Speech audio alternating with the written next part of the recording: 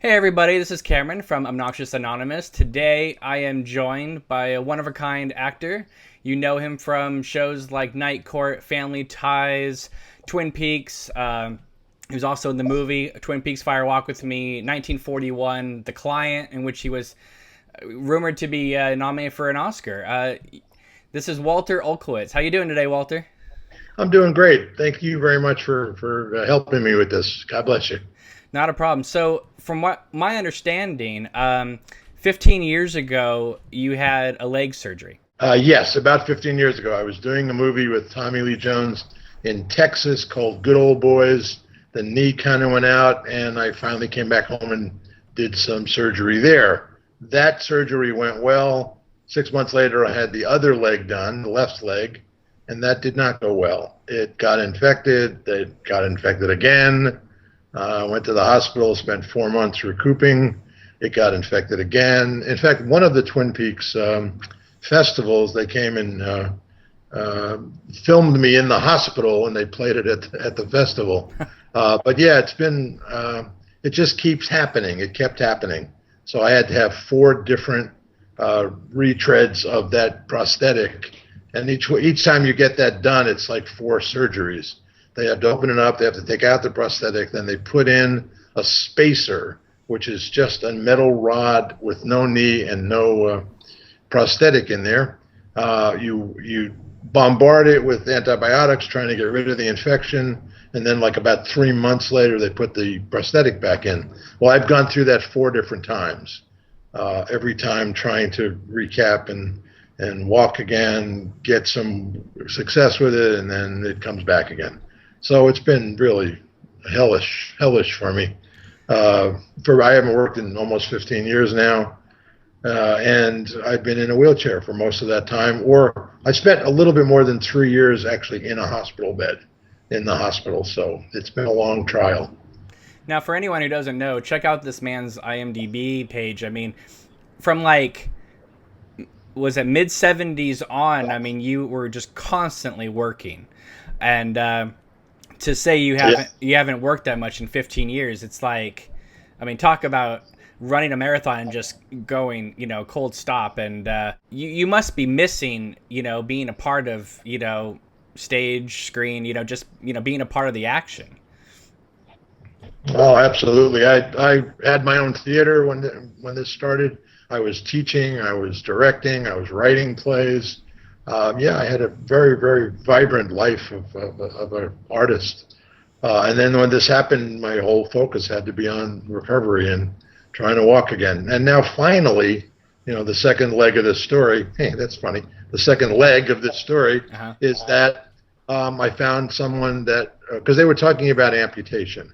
The doctor wanted to amputate because after so many surgeries, the leg doesn't respond, and the cells just are too battered to do another surgery and try it again. So he wanted me to consider that. I was just heartbroken over that. And then I ran into some people who knew of a doctor who had great success with this.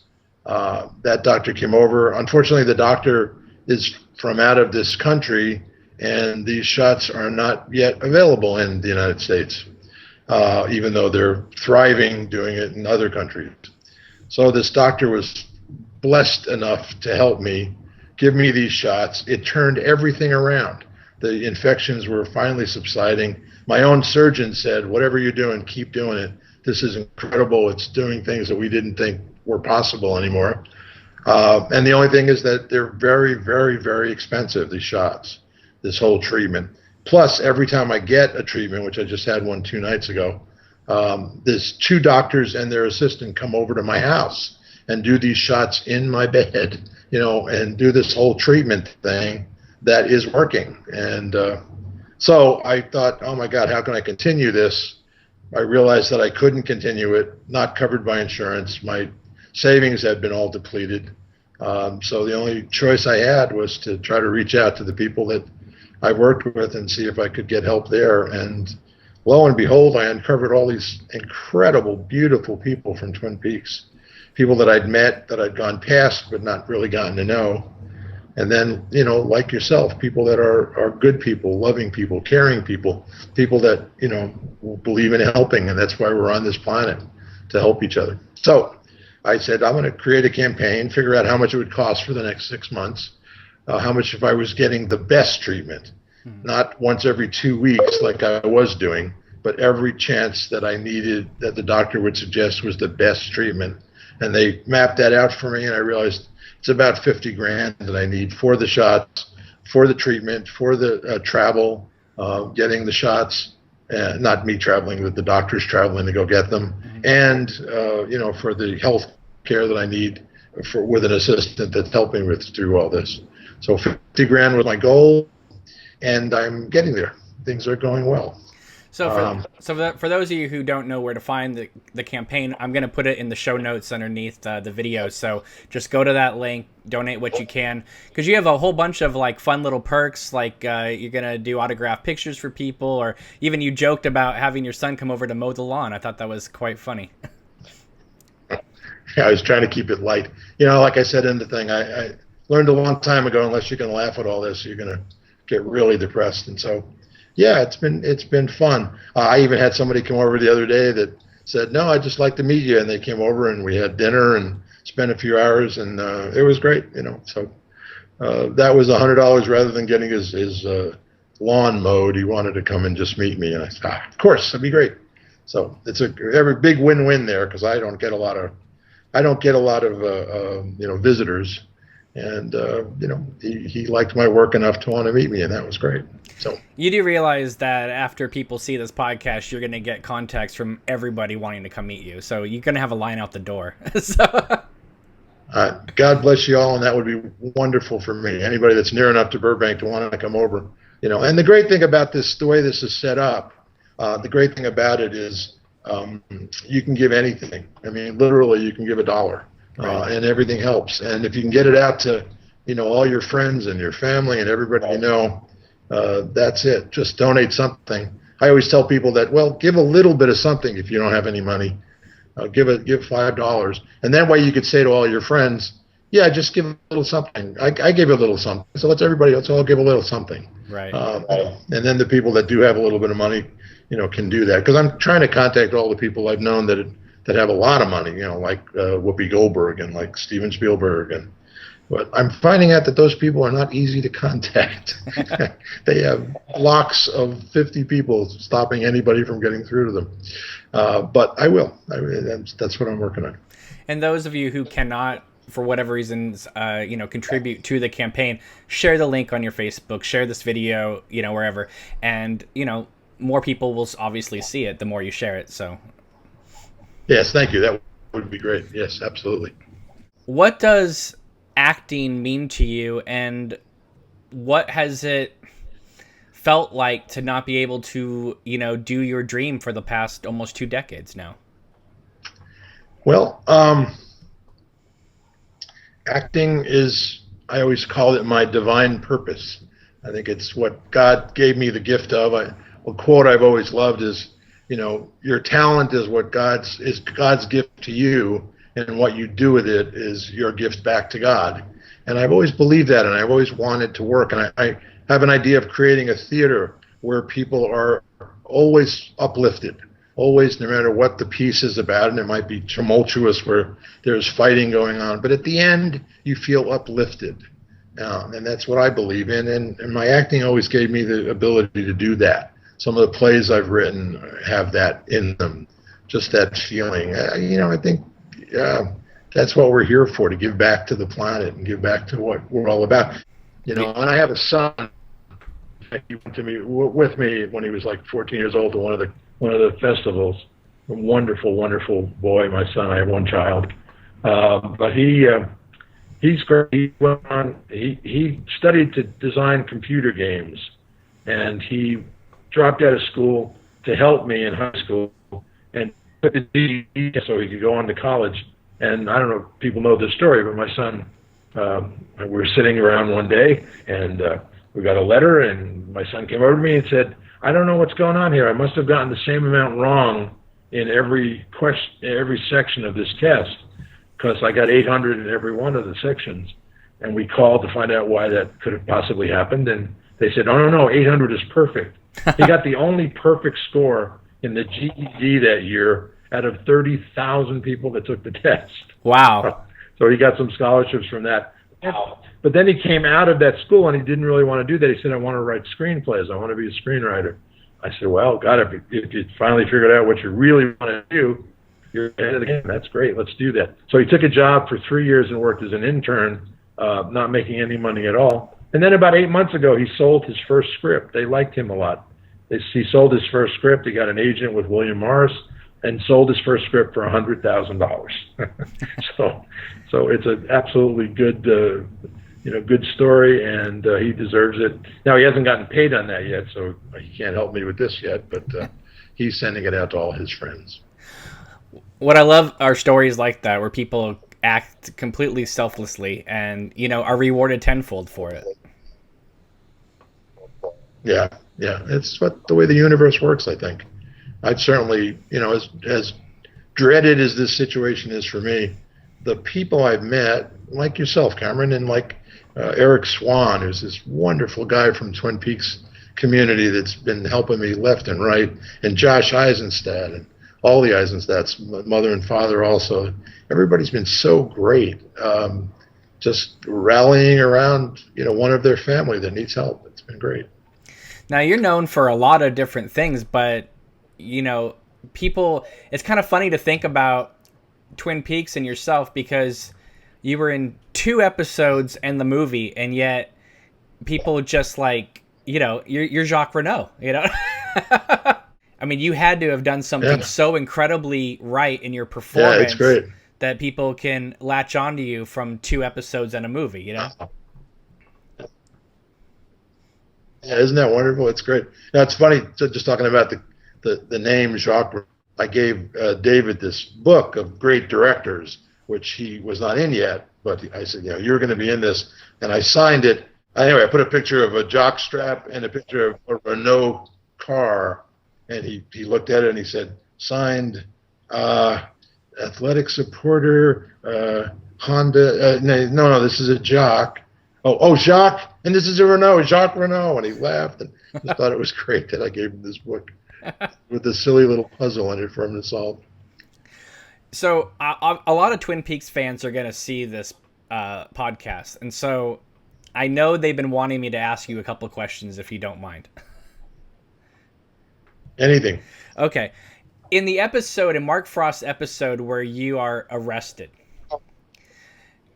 there is a shot, a close-up of you, where you have this perfect look of a man who has been in jail before and knows he's going to jail again. Obviously, career criminals have that look. What do you mean the scene where I'm pinned up against a car? Yes. Yeah. Oh, yeah. Wow. Good for you, man. Acting. Because when I saw that whole thing, I went, I would show people, look at that part, look at that look. That's it, man. That's the whole thing. Hey, I studied with a great teacher, a guy named Milton Katselis, and he had it all. He said it's always not in the words. It's about where you are, what the experience is, what it's on your face, and silences. That's why, what's his name? The one that did all the movies with Katharine Hepburn. Spencer Tracy. Spencer Tracy. Spencer Tracy. That's what. I'm sorry. I'm on a lot of drugs with these painkillers. That's okay. I forget things a lot. And it's actually true. That's what happens. I had to call somebody the other day about what his middle name was because I forgot. He's a cousin of mine. But anyway, point being, Spencer Tracy was known for the way he reacted to things. He not only was great, so they would often keep the camera on him, even though it was somebody else's whole monologue going on, just because he told the entire story without saying a word. So yes, that was what I shot for in that moment. Just that disgust of, give me a break. What are you doing? You shot me. Big deal. So what? I can handle all this. Anyway, I love that moment too. Well, what I'm curious about is, you come on for these 2 episodes in season 1. How did you begin to build this character of Jacques that honestly came in right at the end of season 1? What was your process of getting into that character?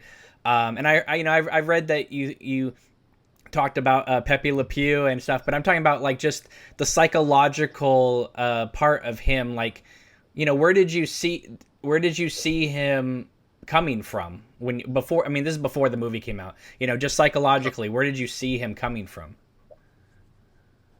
I think just that he cared about himself, and that was it. He didn't really care about other people, and even though he delighted in, you know, like there was, I think in Laura Palmer's diary, she says that Jacques was the best lover of all the people that she'd had sex with. So I was delighted with that, because that's kind of what we were playing, you know, right. That he was a powerful man without being an attractive man. I guess that's the way I would describe it. And I got very close to her too. So Shirley and I got to be very close. She was in she did a movie. Now let me rephrase that. She was auditioning for a Broadway play with Al Pacino. Oh, Salome. Salome, yeah, exactly. And we talked about it, and she knew I had coached acting before, and so we worked on it for a few days, and she got the part. You know, my coaching must have helped a little bit, because she got the part. And every time I see her now, that's what she mentions. She always says, "Oh, God, Walter coached me for Salome. I wouldn't have gotten that without, you know." So I go, "Oh, okay, thank you very much." But that's what we do. You know, it's I don't know what it's about. It's years of great study that I've had with my teacher. I was with my own acting teacher for 25 years before he just passed on a couple of years ago. But you know, and it's like the first thing I ever did. The first scene I did in that acting class, and I had just come, and I was always a very, very good actor, I think.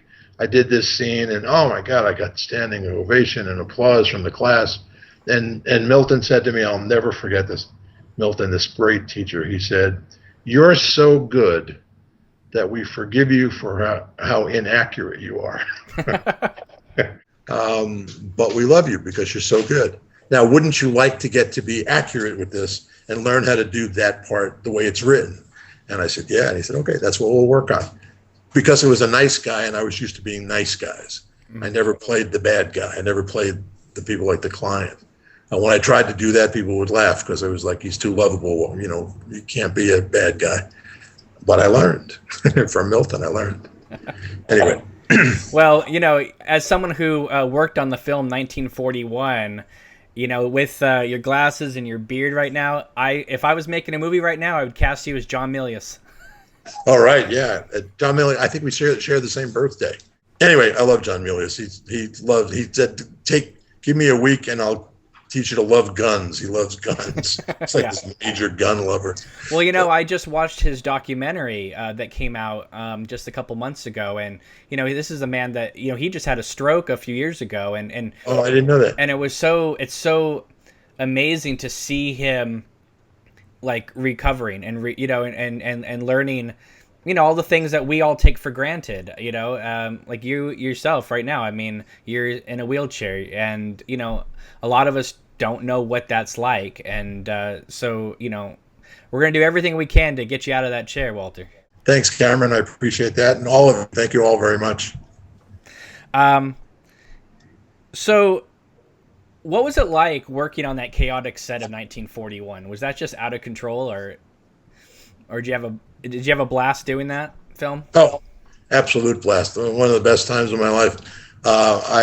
I was one of 1,000 people in LA that tried out for that. The way they had the auditions, they would videotape you doing an improv, and they called me in, and I was hired to do one day, one little moment. Right. I played the mechanic on the tank, but he left us alone. Spielberg left us alone, me and John Candy and Dan Aykroyd and Frank McRae. He left us alone because we were the cover set, which means when it rained out, they would have to do something inside. It wasn't raining, so they were filming outside. And then they left us alone, saying, "You guys work something out here. We want to have a fight in the barracks." So I took over. I was saying, Aykroyd, here, you go here, you do that. John, do this. Telling John Candy. I was doing all this stuff. And I created this great scene because I was used to doing that. And then when he came back, he looked at it, and said, "Wow, that is really good. You're really funny," he said to me. Mr. Spielberg. I didn't know at that time he was Mr. Spielberg, but I used to call him Boy Wonder on the set. Hey, Boy Wonder, come here. What do you want us to do? Anyway, so he was so great about it. He said, "You're good. Are you doing anything for the next few weeks?" I said, "No, I'm not doing anything." He said, "Well, we'll contact you." And they signed me to a contract, and I wound up working 28 weeks on the movie that I'd been hired to do one day. So it was great. And all the people, John Belushi and all those guys were just so great to work with. I mean, geniuses, just great comics. But I met this comedy development person from CBS, and she said, "You're very funny and you're great with these people. Would you mind if I tried to find you something to do on television, a pilot?" And that was when they were doing a lot of pilots back then, 1978. So I said, "No, not at all." So they sent me on 9 pilot auditions in the next week for different shows. And I got them all. I got an offer on every one of them. And I'm going, I 6 months ago, I would have done anything. I can't choose. How do I choose? So I said, well, this one show everybody likes a lot called The Last Resort. I said, that's the best one that I like too. So I did that. I was named the best new person on television over Robin Williams, who was doing Mork and Mindy. Right. And I just made so many great contacts then. And the show played. We only played for I don't know what we do, 16 episodes, The Last Resort, but it was a great show. Gary Goldberg's first show, and he went on to do Family Ties and a bunch of other stuff. He just passed away recently too. But yeah, I just love it. I loved it. It was great. What else? Sorry. I was just going to ask you, somebody who I see in movies, I go back and watch a lot of movies and stuff, and someone who every time I see, I miss more and more is John Candy. Can you tell us a little bit about what John Candy was? One of the most beautiful men I've ever met in my life. And it's funny, when you're on a set like that, there's a lot of guys that are cheating on their wives and cheating on their girlfriends. And he just had his wife, Rosie. He loved her so much. He said, yeah, the old cliche, why do you go out for hamburger when you got steak waiting for you at home? He was so beautiful. We worked out all these little bits that we did in the movie. He was always a great friend. In fact, we had a bet. Let's just tell you, it doesn't turn out good, by the way. It doesn't turn out bad, but it doesn't. We had a bet, me and John Candy and this guy, Frank McRae, big, tall, black guy. And we had a bet who could lose 50 pounds or 100 pounds for Frank, because he weighed 450 already. Mm-hmm. So we had this bet. And each of us had to buy the winner a $500 suit for their new size if you won the bet. Well, I ran into those guys a year later. Frank had gained 100 pounds. I had gained almost 100 pounds. And John couldn't go to restaurants anymore because he couldn't fit in seats. So not only none of us won the bet, we all were losing it terribly. Yeah, it's such a loss. He's a wonderful, wonderful guy. I loved him a lot. Yeah, it was sad. Yeah. And also when Belushi died, Belushi was a genius. Yeah. I remember being on the set and we were watching 2 or 3 takes of this one scene where John gets, in 1941, comes out of the plane and jumps out and pulls the parachute, and it opens right there on the wing of the plane, even though it's already crashed. And Spielberg came over to me and he said, Walter, what do I do? He's better in every take. I can't use all of them. Which one do I pick? Because he was just different and better and brilliant in every one. He was great. I was up for the part of Bluto in the TV version of Animal House. Mm-hmm. And I didn't get it. And I didn't get the part, and I was just crestfallen. I wanted this so bad. And I talked to John about it. He said, that happened to me too. I was up for a part, and it was against Josh Mustel, who's Zero Mustel's son. And this is who got the part over me in this Animal House thing. He said, and I didn't get it, and he got it, and 2 weeks later, the show was canceled. And if I had taken that job, said John Belushi to me, I would not have done Saturday Night Live. So there's something better coming around the corner. Don't worry about it. You're going to be fine. You're too talented not to get your due in this. So I didn't get that. In fact, it was canceled after 3 episodes. And then 6 months later, I was doing Last Resort, which opened up a lot more than that one would have. So you got to wait for the opportunities. And you were on one of my favorite TV shows of the '80s, which is Night Court. Was that a fun show to work on, or was yeah. In okay. fact, Harry and I got to be good friends. Harry Anderson and he was so grateful because I got him a pass to come on the set and meet David Lynch. Oh wow! And he loved that. So he was just a big David Lynch fan. So. And I have to ask this just because I know some people that watch this podcast are huge animation fans, and I know you only did a few episodes of it, but can you talk about what it was like to do Batman, the animated series? It was one of the hardest jobs I ever had. Really? It just, because you got to get it right exactly at that second, and you got to do that. I loved it. A very dear friend of mine, John Mariano, does a lot of voiceovers, and he was trying to coach me during the time, but it's such a different kind of acting job. I wish I could have done more. I went on to do a bunch of radio commercials with the voice stuff. Those were great, but it was great. Batman was great. I worked with what's his name, the kid. I'm sorry, the kid. He's probably 50 years old now. The kid from Star Wars, the lead guy. Mark Hamill. Yeah, Mark Hamill was on the Batman. A couple of the episodes that I did, we were filming the same day, and he had just had his accident where his face was deformed, and he just was doing voiceovers to make up for that, and he's totally recovered now, so that's great. But yeah, a lot of good people on it. It was fun. So getting to the movie of Twin Peaks Fire Walk with Me, where were you in your career when you heard about the movie being made? Because it must have shocked you, right, that they were going to make a prequel to this series. And obviously I know Lynch said that he wanted to bring you back eventually, but I mean, were you just going about your life and then all of a sudden you get a call saying, hey, we're doing the prequel, get over here? Well, I got a call originally to do it and sign some stuff to do it, and then it was canceled, or it was postponed, because I guess Kyle couldn't work out his scheduling or something, and then when he finally could, then we did it again. But yeah, it was a lot hit and miss. We didn't know if we were going to do it, but when we did, I was really glad. I wanted to work with David mostly. That was my main motivation for it. Yeah. And there was you have an extra scene in the Blu-ray, the new Blu-ray deleted scenes section of Fire Walk with Me. They added your scene back in with Teresa Banks calling you. I'll see it for the first time. I haven't seen it. Oh yeah, they remastered it in Blu-ray, so it looks beautiful. It's not just rough and so. All right, great, good. I'll look forward to it. Now the Twin Peaks Festival was just this last weekend, and I know there was a mishap. For everyone that was at the festival, let them know what happened. Well, I made some cards up. Let me show you. I can get it here on the camera. Let's see, where do I put that?